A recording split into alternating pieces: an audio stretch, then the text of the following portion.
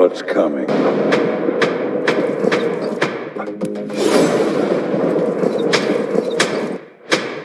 In a previous video we made this, the solid aluminium John Wick pencil.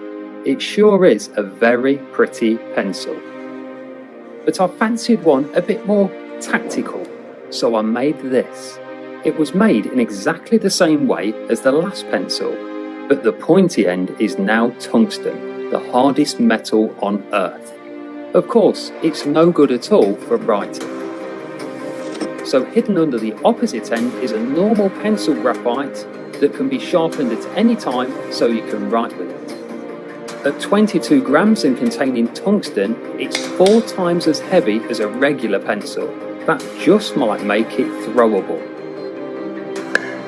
I'm no expert at throwing, but I know someone who is. So if you want to see a 5-time world champion, Adam Celadin, throw a John Wick pencil, you can see that video right now on his YouTube channel. Let us begin. If you like what you see, why not drop him a sub too, and let's see if we can push him over the 250,000 subscriber milestone. That's it.